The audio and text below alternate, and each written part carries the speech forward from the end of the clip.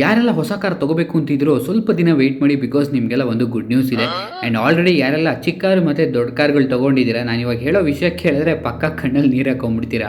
ಯಾಕೆ ಅಂದರೆ GST 2.0 version ತರ್ದಿದ್ದಾರೆ. ಇದರಲ್ಲಿ GST ಸ್ಲ್ಯಾಬ್ಸ್ನ ರಿವೈಸ್ ಮಾಡ್ತಿದ್ದಾರೆ.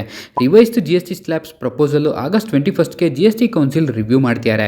ಕಾರ್ ತಗೋತಿರೋರಿಗೆ ಏನು ನ್ಯೂಸ್ ಅಂದರೆ ಸ್ಮಾಲ್ ಕಾರ್ಸ್ ಮೇಲೆ ಇನ್ಕ್ಲೂಡಿಂಗ್ ಸೆಸ್ 29% GST ಇತ್ತು, ಅದು 18%ಗೆ ಇಳಿಸೋ ಪ್ರಪೋಸಲ್ ಇದೆ. ಆ್ಯಂಡ್ ಮಿಡ್ ಸೈಜ್ SUVಗೆ 43% ಇತ್ತು, ಅದು ಫ್ಲಾಟ್ 40%ಗೆ ಮಾಡೋ ಪ್ಲಾನ್ ಇದೆ. ಆ್ಯಂಡ್ ದೊಡ್ಡ ಗಾಡಿಗೆ 50% ಇತ್ತು, ಅದು ಕೂಡ ಫ್ಲಾಟ್ 40%ಗೆ ತರೋ ಪ್ಲಾನ್ ಇದೆ. ನಿಮಗೆ ಅರ್ಥ ಆಗೋಕ್ಕೆ ಒಂದು ಎಕ್ಸಾಂಪಲ್ ಎಕ್ಸ್ಪ್ಲೈನ್ ಮಾಡ್ತೀನಿ. ಸ್ಮಾಲ್ ಸೈಜ್ ಕಾರ್ ಲೈಕ್ ಬಲಿನೋ ತೊಗೊಂಡ್ರೆ 6.74 ಲ್ಯಾಕ್ ಎಕ್ಸ್ ಶೋರೂಮ್ ಇದೆ.